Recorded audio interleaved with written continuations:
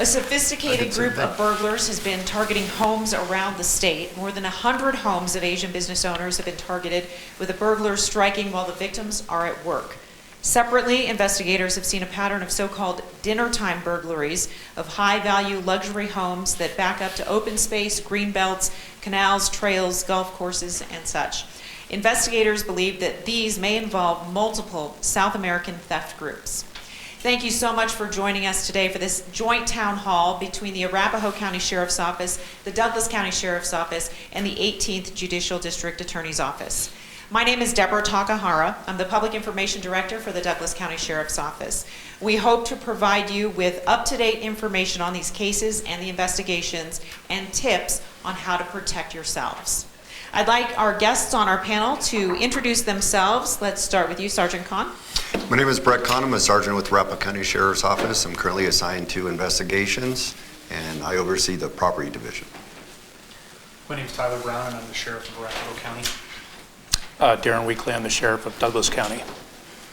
Good afternoon. I'm Brian Sugioka with the 18th Judicial District Attorney's Office. I'm a prosecutor and the chief of the organized crime unit. All right, I'll start off with my boss, Sergeant Weekly. Sergeant Weekly. Wow. Sheriff Weekly. I'm so sorry. I know, right? And then I'm going to be looking for a new job. Would you fill us in on the latest on the investigations? And I know you were briefed this morning. Bring us up to date on what we're looking at here. I was. So I have to be very cautious that I don't want to give up any information that would tip off the people that we are looking at in this investigation. But what I will tell you is I am very hopeful. I believe that we do have some suspects identified. Our detectives are working diligently to identify these individuals. Many of these cases, and we believe this group has been hitting the Denver metro area way back since like 2018. And then it tapered off and they picked up again at about 2023. And so we are working in a collaborative fashion and we are working with the municipalities as well to identify these suspects. But what I will tell you from my experience, I am very hopeful the rest will be made. Again, we have detectives that are working very hard. And Sheriff Brown, if I could ask you the same thing from your agency, what is the latest? So since February of 2023, we've had 26 incidences where Asian business owners have been targeted, and 26 total events, 24 victims. We've had 2 victims that have been hit twice, and again, we're working collaboratively with the Douglas County Sheriff's Office, our partners to the south, as well as every other law enforcement entity in the Denver metro area. And we're sharing information and we're sharing evidence with each other, trying to make sure that we have all the things that we need to go out and make arrests and hold these individuals that are accountable for victimizing members of our community. And Sergeant Kahn, could you kind of give us what you've seen in terms of patterns or what people should be aware of? Absolutely. I believe with the Asian burglaries that are happening is I believe they're actually going to the businesses. They're watching the businesses. They're watching the owners. They're seeing what time they're getting there. They're seeing what time that they're leaving. I believe, and again, this is my opinion, is I believe they're following the owners to their residence. They're seeing where they live. They're doing their information. They're doing their intel at the residence. And the pattern that I've seen, it's usually after the homeowners leave their residence to go to work, within an hour to 2 hours, they're getting hit. So I believe as a business owner, be cognizant when you're leaving, watch your surroundings. When you're driving home, watch your mirrors. If you're seeing vehicles following you, make 2 left turns. If that vehicle is following you, take a note of it. Notify us. Get a picture, get a license plate, get anything that you can give to law enforcement to help us identify these.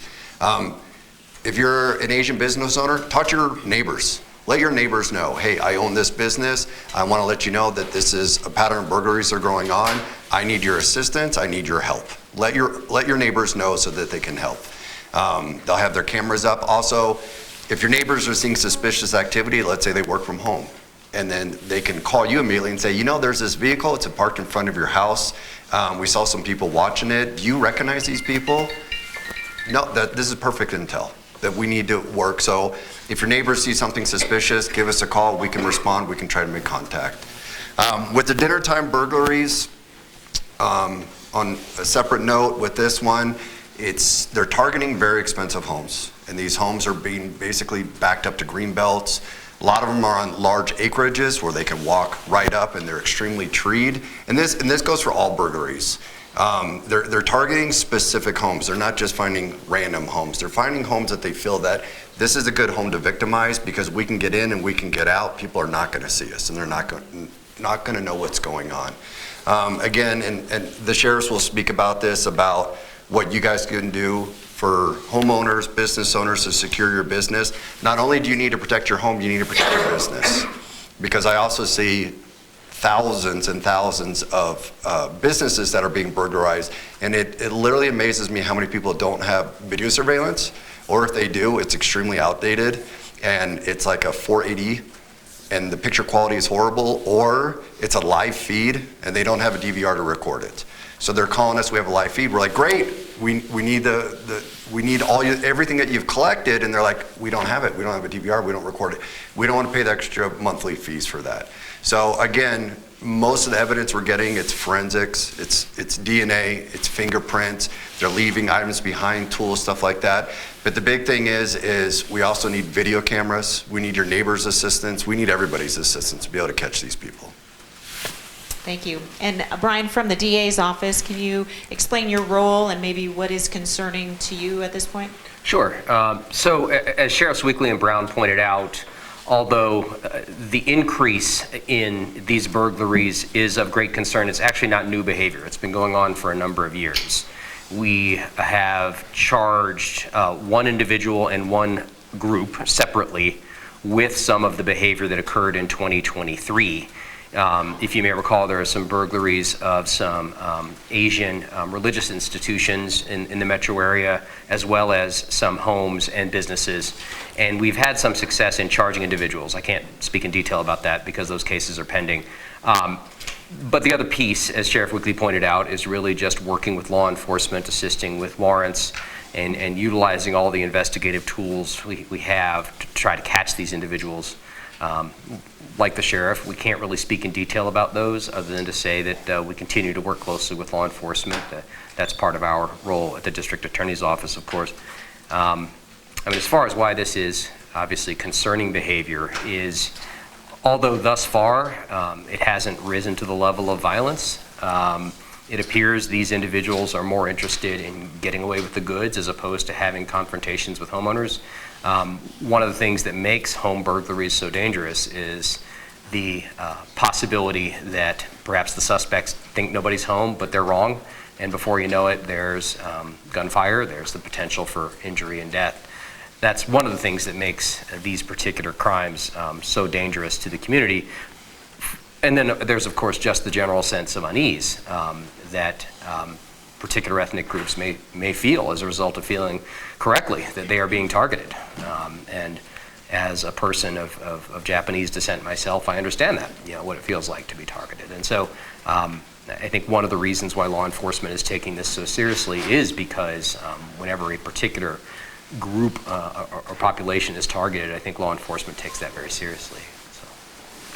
And Sheriff Weekly, we spoke this morning about a reluctance on some victims' parts to report this to law enforcement. How important is it for us to get that information so that we can investigate that case, but also maybe link it to other cases? It's absolutely critical. We are concerned that not all of these victims are actually reporting it in a timely manner. One of the reasons that these folks are being hit is a lot of times they keep a large amount of money, large amount of valuables inside of their home. The concern is culturally, some of these folks may not embrace law enforcement and may not entirely trust the criminal justice process. And so right now we believe about $2.5 million that people have been victimized to that tune in the state of Colorado. We think it's probably about double of that because I don't think we've got accurate reporting from our victims. But it's absolutely critical that they report so we can come out, we can do a crime scene investigation, try to get that DNA evidence, fingerprints, video and things like that so that we can solve these cases and bring these people to justice. And Sheriff Brown, how important is it for law enforcement agencies throughout the metro area, the state, even the country, to work jointly to investigate these types of burglaries? It's imperative that we work collaboratively to solve this. And it's not just law enforcement agencies, it's our community partners that are here in the room as well. I know that we have a lot of representation from around Colorado and the Denver metro area that represent business communities, different religious organizations, and not to be cliche, but it takes a village. It really does. And any information that you feel needs to be shared with law enforcement, share it with us, share it with the business community, share it with your religious groups as well. And I ask of those groups to make sure that you reinforce to your members that they need to share information with us. And as soon as one law enforcement agency gets it, we are working collaboratively to go after these perpetrators of these crimes to make our community safer. And that's the goal of each one of our law enforcement agencies across the metro area, is to make our community safe for everyone. So we need your help in doing that. Yeah, and speaking of our community partners, we have some here in the audience. We have people on Teams, on YouTube, on Facebook. We would like it to be really interactive with you today. If you have questions, please feel free to share them and ask our panel of experts. Ginger, do you have any? I think we can go up front. Yeah, why don't we hear about you? Yeah, my name is Sridhar Talanki, the president of Hindu Swayamsevak Sangh. Always the junction box is outside of the building, whether the Hindu temple or businesses. So what are the measures here? They just disconnect the box and they go inside. So how you're able to protect the homes? The second question is why they're targeting only the Asian businessmen and the Hindu temples? So I'll jump in on that. And I think they're targeting groups that they have seen some of the things that Sheriff Weekly has talked about. Possibly some distrust in governmental organizations or institutes that we have here in the United States, specifically around banking and keeping large amounts of cash on hand, whether that be for their business or they're just trying to protect that. And so they recognize some cultural differences that different communities have when it comes to holding on to large amounts of money, and they're exploiting that.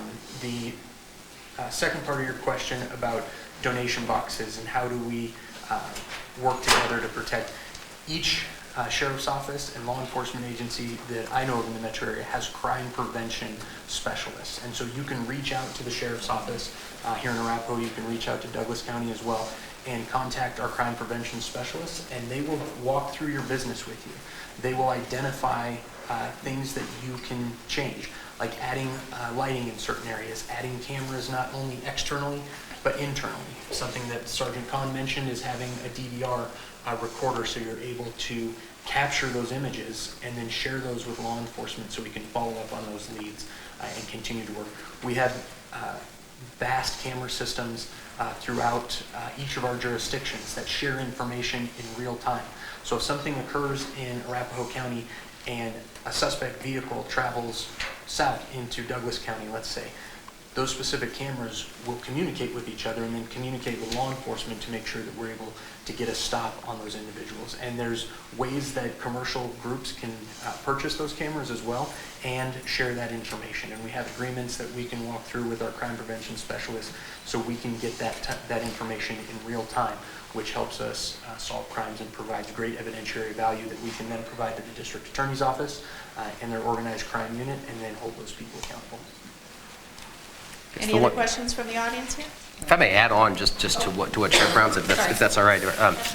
I want to make sure everyone understands that cooperation with the police isn't just about reporting crimes that have happened. It's about a general awareness, because what we see again and again with not just this particular type of organized crime, but lots of different types, is that it's all about connecting the dots. And just by way of example, hypothetically, if an Asian business owner spots a suspicious vehicle with people involved where perhaps they don't appear to have a reason to be in that area, well, that in itself might not be enough for law enforcement to contact that car.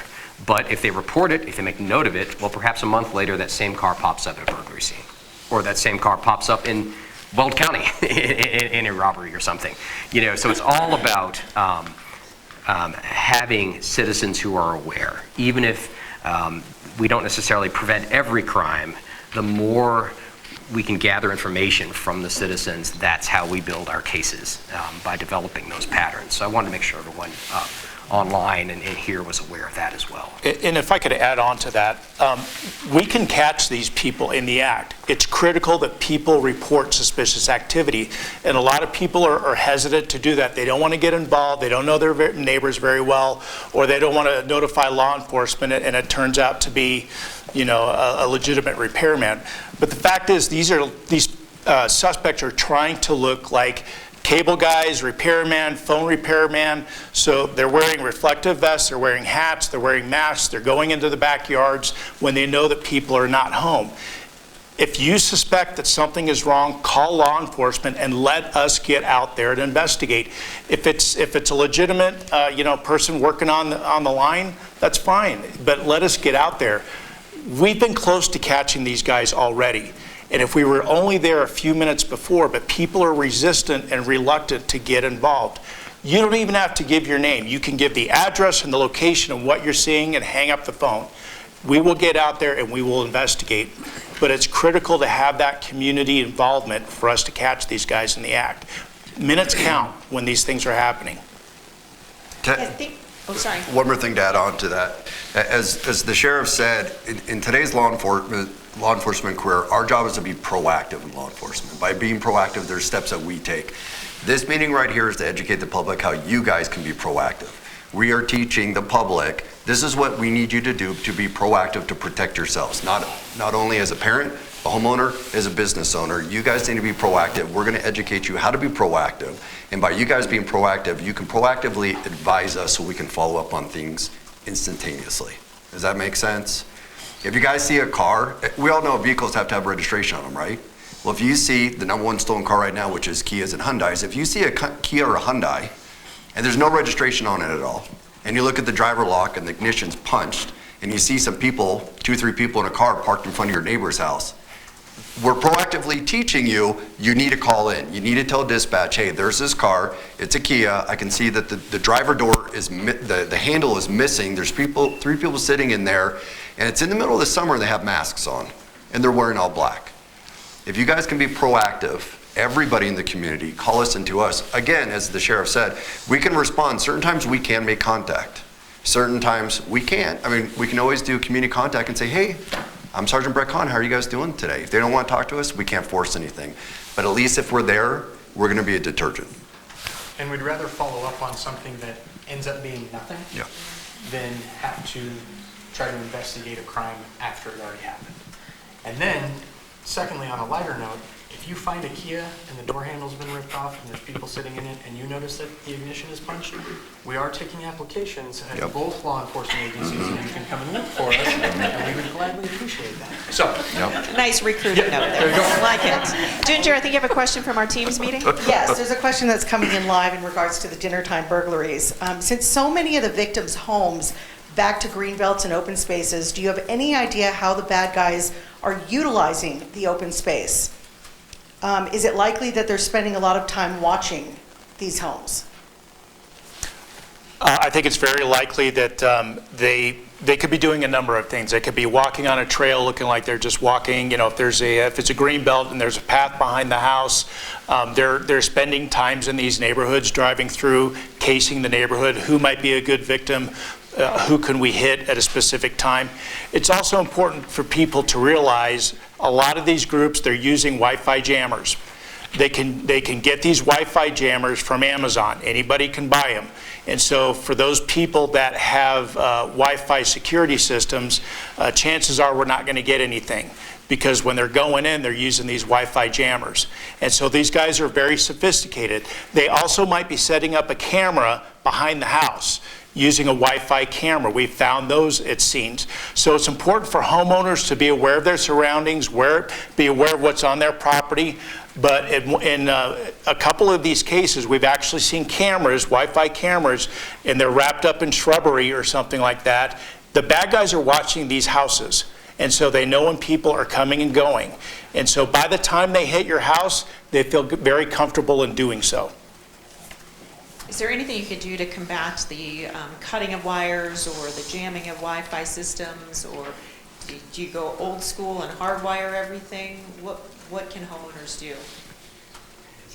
You nailed it exactly. Having redundant systems, having cameras that are hardwired to a recorder, and then also still utilizing your Wi-Fi so you can see people approaching. They're not always jamming them, but if they do and you have a redundant system, install cameras not only on the exterior of your home, but install them on the interior and put them in places that people might not recognize them right away. We've seen a couple where individuals have broken into homes that have had cameras on the interior that were in plain sight, and those cameras were immediately disabled and destroyed. But work with your security company, call them. Each security company has experts that can come out and assist you in that. And then exterior lighting. It's important to make sure that the exterior of your home is illuminated. If you have big bushes around the outside of your home, trees, make sure you put some lights on the inside that make your yard bright. Have lights that are on the outside of your home that illuminate around windows. So there's no easy way that somebody can just walk up to the home, disappear in the landscaping, and then enter your home. And so there's a lot of different things, and our crime prevention units can help with that. It's called community policing through environmental design. There's classes that they attend, and they stay up to date on those new and evolving technologies to help homes and businesses continue to be safe and use those natural things that occur in our communities to protect businesses and homes. Are there certain time frames that these people are hitting, aside from when you're at work? Right. Are there certain time frames or days of the week that are? Yeah, with the Asian burglaries, we're seeing a pattern that I believe, in my opinion, they're watching the home. They're waiting for the homeowner to leave. The minute the homeowner leaves, within a short period of time, they're hitting the home. Because we have a lot of owners that right when they're getting to work, they're being notified their alarm system's going off. I mean, it's in almost all of our reports. With the dinner time burglaries, and again, as the sheriff said, what's the number one time that everybody's home? Everybody goes to school, they go to work, we come and we eat dinner together, right? That's the time that they're targeting those burglaries. So they're intentionally targeting the number one time everybody's supposed to be home. They're doing their surveillance. They're watching their home, they're doing their surveillance, and they're intentionally making sure nobody's home. Now, we've had one case where they did hit the home, and the homeowners were there, and the husband heard it, and he went down, and when he was running down to confront him, they took off. So we have had one case, but unfortunately, the homeowner did not see them. When he was coming down, the suspects heard him and took off, but he did stop them. So they're doing their surveillance, they're watching their homes. They're not just, we're talking on both of these, they're very sophisticated crews that they're spending their time, they're doing their investigations. These aren't people that are walking down the street and just targeting random homes. They really are conducting their surveillance, they're watching their homes, they're building their intel, they're working, and we're not talking one person's hitting a home. We're talking about groups of people that are working together to hit these homes. And Ginger, we have a question here in the front. Okay. Or a couple, actually. Do you both have a question? Yeah. Okay. Oh. Hi, everybody. This is Yang Mi. I'm with the Asian Roundtable of Colorado. I just wanted to know your thoughts on how can programs like Action Against Hate support your current efforts? Well, I think the fact that by virtue of your organization being here, for example, I fully anticipate the information that's discussed here is likely to be disseminated amongst your membership. And spreading the word about the information we're supplying today is an absolutely crucial part of that. So education generally, obviously we all have sort of aspirational goals that perhaps, even offenders might in the long term see the error of their ways. That's aspirational, but in the short term, we at least want to make offenders think twice about targeting certain individuals and certain ethnic groups. And it really comes down to a lot of the practical stuff that these guys have been talking about is you want to make your home an unattractive target. These guys are opportunists. They're not going to target a home if they feel like there's a good chance they're going to get caught. And so it's all about making sure we take practical steps to protect ourselves. But in terms of community organizations, it's really about spreading the word and education, from my view. Yeah, I would echo that, and just encouraging people to report, if they do become victimized. But the fact of the matter is, we're dealing with hardened criminals, and these people don't care. They don't care if they're taking your life savings or your most precious jewelry. They're not losing a wink of sleep about it. And so that's why it's so critical that we get them in custody as soon as possible. And again, I'm very confident. We've pretty much started a task force in the Denver metro area to catch these guys. But also, again, to recognize that other states are being hit by this group as well, and we know this. And so we're working with other states as well, and we may try to involve our federal partners to help put this all together, and we may need their help as well, because these guys know exactly what they're doing. So they're not staying in Colorado.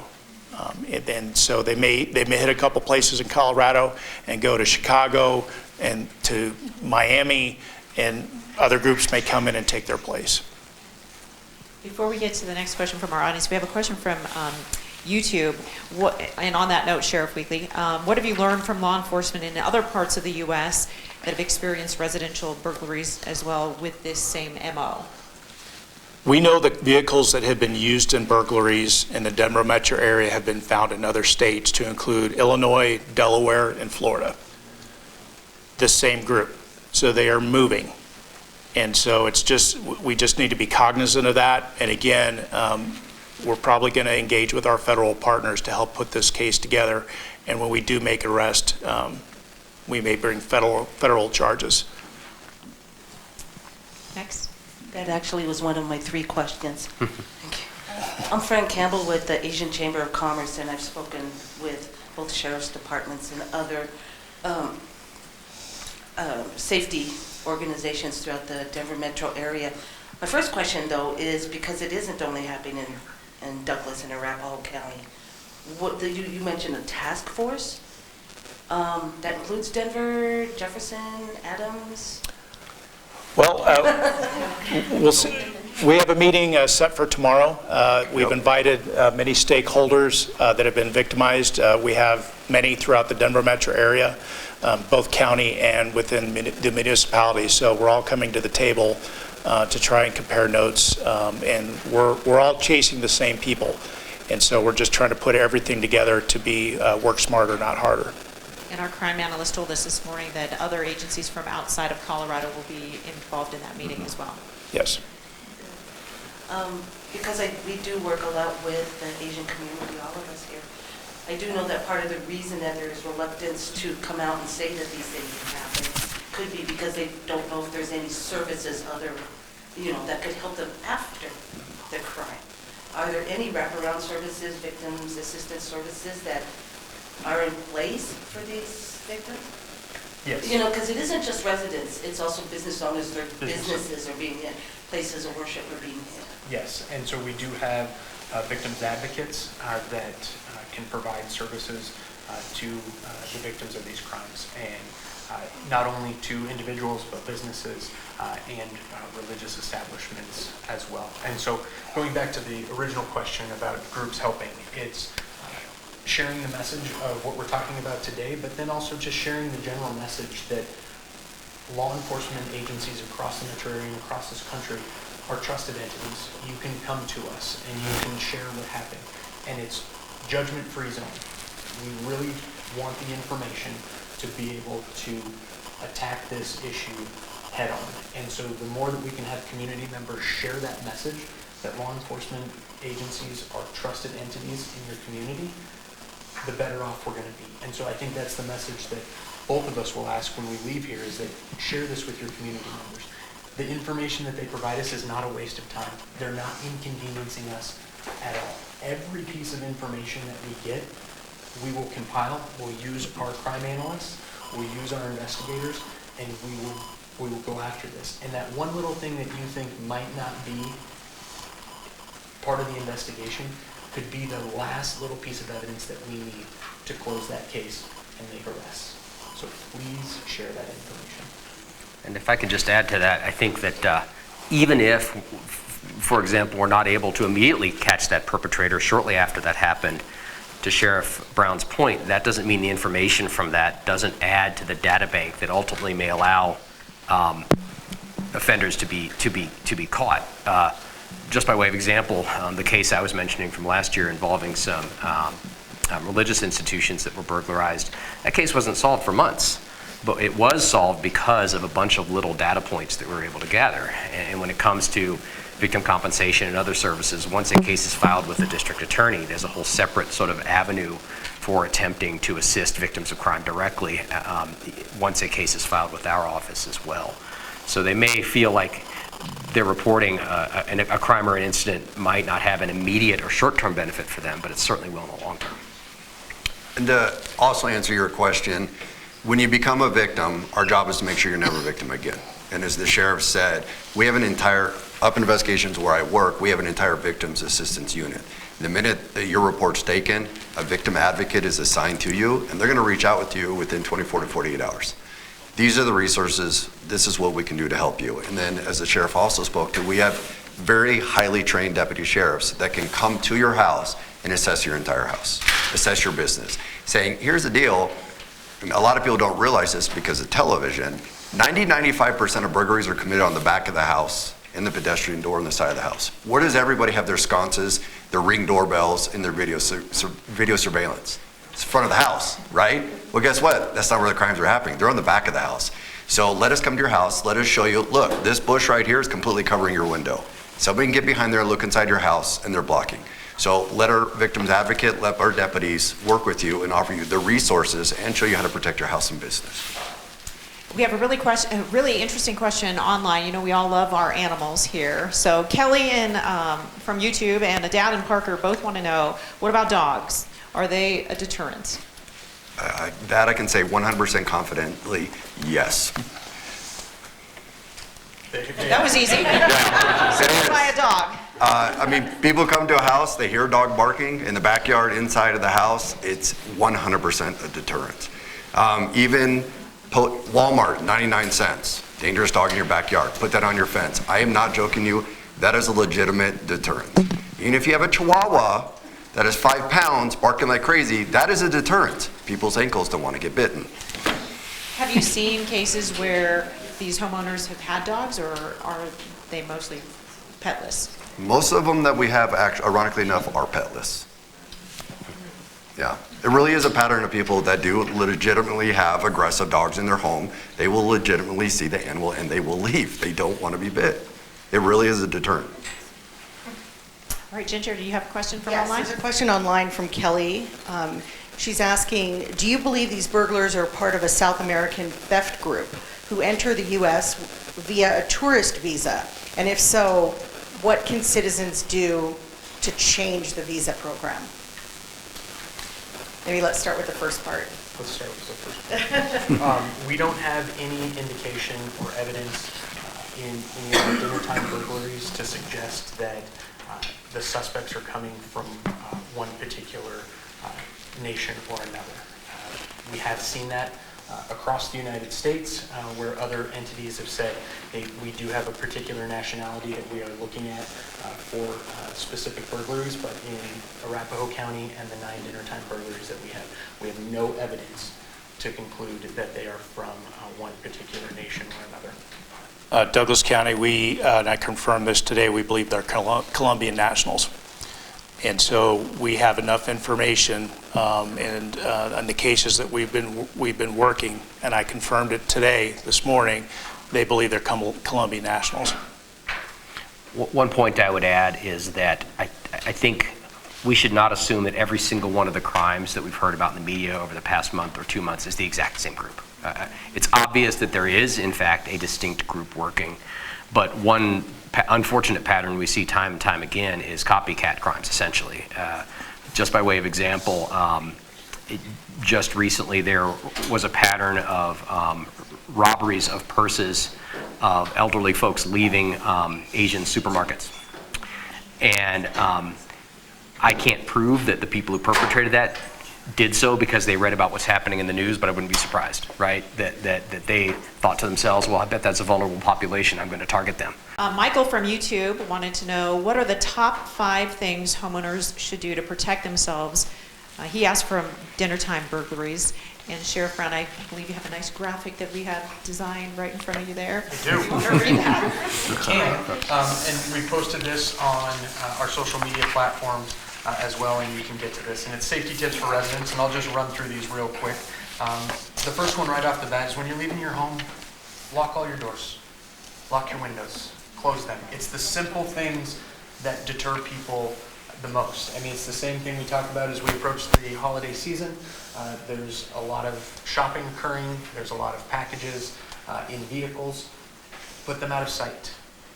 Lock your car. Same thing with your home. Lock your home. Turn the lights on. Leave lights on or use automatic timers to make your home look like it's occupied and more difficult for people to break in. Install motion sensor lights outdoors to illuminate dark areas. Consider purchasing exterior and interior cameras. Some cameras allow you to notify police of crimes that are currently happening. Consider installing shatterproof window tinting to prevent criminals from breaking the glass. There's several companies out there that make this specific window tint. You can contact window companies across the metro area and they can provide you specific information on these tintings. Be suspicious of people loitering around your home. It's okay. That is your castle. You can protect it. If you see something that you're uncomfortable with, trust your instincts and call us. Again, we would rather drive by and have it be absolutely nothing than have to be investigating a burglary or somebody who's committed a crime. And then join neighborhood groups. Talk to your neighbors. Just have communication. A lot of people are working from home now, and they're looking out for each other. So talk to your neighbors. I know we all get in a busy, fast-paced world where you pull into the garage and the garage door is shut before you even make it inside your house. Maybe step out and just have a conversation. Be friendly, be neighborly. As I said, it does take a village to protect a community, and your neighbors are your best line of defense. Everybody has a neighbor that lives on their street that knows exactly what cars are supposed to be there and which ones aren't. Make connections with them and be able to share that information. So that's what we have on our tips right now, and then there's plenty of other resources out there. Call our non-emergency lines and get those numbers for our crime prevention units, and they will help you through a multitude of things that are on this list. Do our media partners have any questions? I'd like to add one more thing onto that one. Another, just reading reports every single day, another one to add on. Let me ask everybody in this room and everybody out on the internet, how many people have their garage door opener on their visor? Yeah. I would probably say 80-90% of people do, right? Well, people park their cars in their front yard. So what they do is they come, they break into your car, they open your garage. They then walk into your garage, they burglarize your garage. Then with a lot of people, again, how many people here, you walk in your door, right when you walk in your door, you put your wallet, your purse, your keys. So I just read a report the other day, person broke into the car in the front yard, opened the garage, walked in, opened the door, stole the wife's purse, all the car keys, everything, went back out, stole the car and took off. It's the number one thing. You would never think that. Garage door opener. And one of the number one reports I get in the middle of the night is people breaking into people's garages. They're asleep, they're opening their garage, they're wiping out their garage, they open the door, they could look right there, there's a purse and wallet sitting right in. I'll admit it. I've been a cop for 25 years and I walk in, I put my wallet right inside there, and I'm trying to give you guys advice and I do the same thing. So little things like that, make sure your garage door opener is hidden. Vehicle registration, very important. That's why the state of Colorado changed the law. There's 2 registrations, one has your address, the other one doesn't. We have some big problem. You go to Park Meadows Mall, break into somebody's car, take the garage door opener, take your registration with your address, they drive straight to your house. You're at the mall shopping, they burglarize your homes. Little stuff like that. Keep your cars clean. Keep any identifying information out of your vehicles, because they're going to take that information to get right into your house. You know, one thing I would just add on is I think a lot of focus is on home safety for very good reason, but it is not coincidence that the people who have been targeted are owners of Asian-owned businesses. And that means at some point they have figured out that that person owns an Asian-owned business. which means they probably at some point went to that business, right? And figured out who you were, and maybe followed your home so they could figure out where you live, right? And so a degree of awareness even at your business is a good idea, right? If there are folks who are maybe loitering around without obvious reason. I'm not suggesting everyone become a secret agent, but be on the alert for someone who appears to be following you home. You know, they figured out who to victimize for a reason. This was not random. And although unfortunately some of that information is available through public records, there's too much, it's not a coincidence, again. They've figured out who the owners of these homes are and what sorts of businesses they own. So be alert at work as well. Sridhar, did you have a question earlier about the jewelry and the Yeah, belongings? Did you have so- a microphone? A lot of times when they get the jewelry from the bank safe, they get it on Friday so that they can attend the parties or any event, the religious event on Saturday. But Sunday, again, the banks are closed to put it back again. So always there is a gap of 2-3 days to put it back, these jewelry into the safe. So how to protect in those cases? There are some gaps are there, so how to protect? The best thing would be to buy a large safe and have that safe secured to the floor, something that would take a lot of time and energy for people to get, get away with. And so that's going to be the big thing but also just hide the jewelry in a place that somebody might not look. And so what we're finding is a lot of these victims are going to hide these valuables in the same place. And so it might be a bag of cash that they put in a bag and put it in their closet. A lot of these victims do the same thing. So hide that jewelry in a place that nobody would think to look, or buy a safe and secure it to the floor, have it bolted to the floor. We have another question from the audience. I'm with South Metro Denver Realtor Association, and I just wondered if there's a pattern of these dinner time burglaries, if they're happening more in Lone Tree or Cherry Creek or Highlands Ranch, or are they all over the place? Or can you talk about that? They're all over the place. In Arapahoe County, we have 9. I believe Boulder has 10. So you see how spread out they are. Douglas County Sheriff, I believe. We don't, actually, we've got one, Yeah. is all that we've gotten, so. But they're spread everywhere. They really are. Okay. Yeah, they're all over Colorado. Multi-million-dollar homes are spread out all across the county and metro area, and so they're just hitting very high-end homes. Can you all talk about the possibility that there's a lookout car or the crews that are, working together? There's Yeah. a couple usually that come in at a time. And what should people be aware of and be reporting if they see something down the street that Absolutely. is far away from what is actually the action? I can say on the dinner time burgs, so we call it MO, modus operatus, which is a distinctive pattern. On the dinner time burglaries, there is no cars that are catching on video surveillance. So what we believe what's happening is they're driving the group and they're parking far off. And then the group is walking up to the target house, conducting their surveillance, committing the burglaries, and probably picking them up at a different location. Now, most burglaries, yes, they're going to be parked, 90% of the time it's going to be a stolen car, and they're going to be parked on the same street within a short distance. The reason is if you commit a burglary, most people have cameras, so they don't want to be walking by all these homes with cameras. So they are usually going to park within a short distance, most burglaries.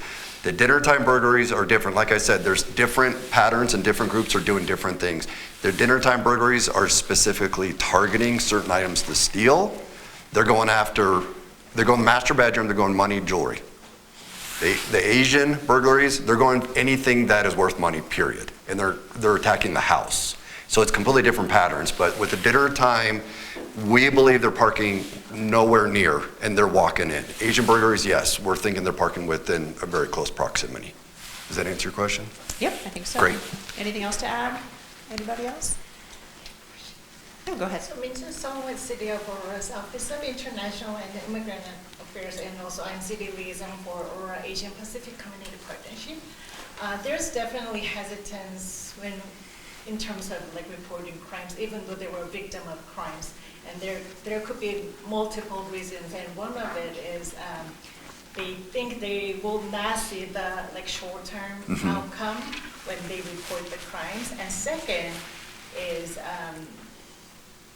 so one of our community member was victim of crimes, and when we asked them, like, did you report the crimes? And they say, well, we didn't. So we asked why. It's like, well, they didn't take much. And one of the reasons is they don't want to be a victim of like future crimes. Yeah. They don't want to draw unnecessary attention to their business or their house. So there might be another reason. And another last one will be some of Asian-owned business owners. A lot of them are like first-generation immigrant refugee community, and there's definitely language barriers. So for them, like reporting crime is not very easy task. So if your agency provide language access or language assistance, please let our community know so they will know that language barrier is not the hindrance to report crimes. Yeah, absolutely. All of our agencies, if necessary, will have a translator to help. But it's critical. If somebody thinks they got away with it and they don't believe that the crime has been reported, they're just going to come back for more. We have multiple victims that hit the same house. But it's also critical for all of you to let people know, put those valuables in the bank. Because the reason that they keep hitting is because it's lucrative. They know they can keep hitting these folks in these businesses or these residences because it's lucrative. And so if they put their money in the bank, there's nothing for them to steal. But again, it's critical that they report, and we will go out of our way to make sure that they feel comfortable, that we have a translator there, and that we answer all of their questions. But if the bad guys think that it hasn't been reported, they're just going to come back for more. And as to the sort of fear of retaliation piece, I'm certainly not going to sit here and say that doesn't happen. Certainly we have instances and cases where defendants have attempted to retaliate against or tamper with witnesses. So I'm not saying it doesn't happen. I am saying it's extraordinarily rare. And when it comes to people like this, who are fundamentally cowards, they're fundamentally opportunists, the likelihood that they are going to sort of somehow attempt to retaliate against someone who reports a burglary of their home, I would characterize that as very unlikely. Again, I'm not saying it doesn't happen, but these are not the sorts of crimes where we typically see that in law enforcement. So I guess one message I want everyone to get is, please don't let the fear of retaliation be in any way a bar to reporting, because again, the likelihood of retaliation is infinitesimal, really, in cases like these. And another thing is, if your victims are not reporting it, we can't offer the resources that we have, which then opens up the door to be re-victimized. With our victim assistance, with our deputies, we have a lot of resources so they won't be victims again, and we can educate people on how to be victims. We can come to their houses, we can come to their business. If they're not utilizing our resources, they're opening up the door to be victimized again, and that's the last thing that we want. Our time is wrapping up, but if each of you would like to give us a few takeaways, what you want the community to know and do, that would be great. Sergeant, start with you. Oh, Sheriff Brown, start with you. I'll jump. Brett looked right at me, so that's my cue. Yeah. No, I think the safety tips that we have posted for residents and business owners, please look at those, go to our websites. We will provide all of that information as well to our community partners that are here in the room so they can share it with their groups as well. But I think the biggest message is we need your help. We're trustworthy. Law enforcement is a trusted entity.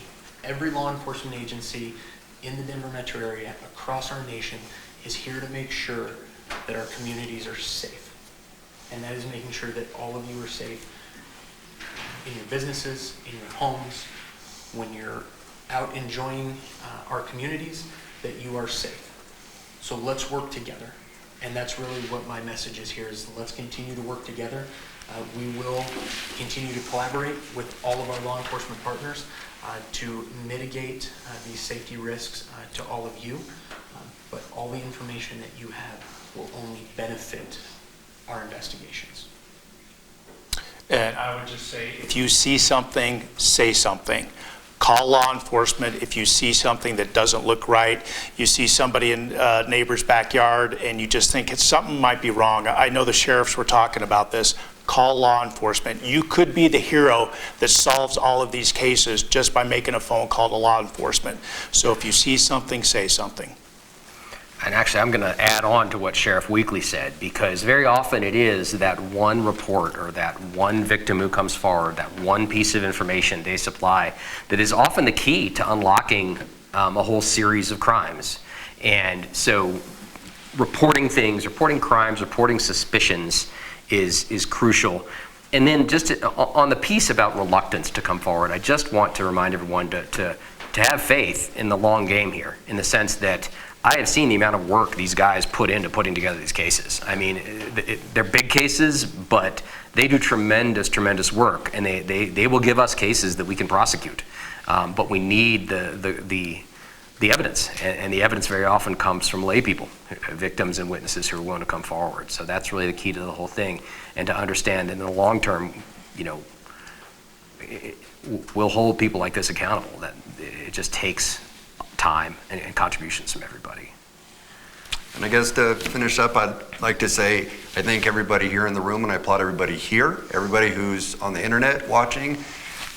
Our job is to be proactive. Everybody that's in this room and everybody who's watching, you're being proactive because you're educating yourself. We're giving you the tools, you're learning the tools, you guys are going to utilize the tools that we taught you, and now we're working as a community. It's not law enforcement working with law enforcement, it's law enforcement working in the community.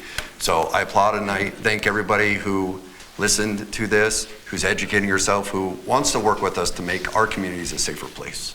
And my community resource deputy reminded me that both of our agencies, the Douglas County Sheriff's Office and the Arapahoe County Sheriff's Office, have crime prevention units, and they will come to your home or your business and do an assessment with you so you can learn how to best protect yourself. Thank you so much for being with us, and panelists, thank you so much for sharing your expertise with us here today. Thank you so much.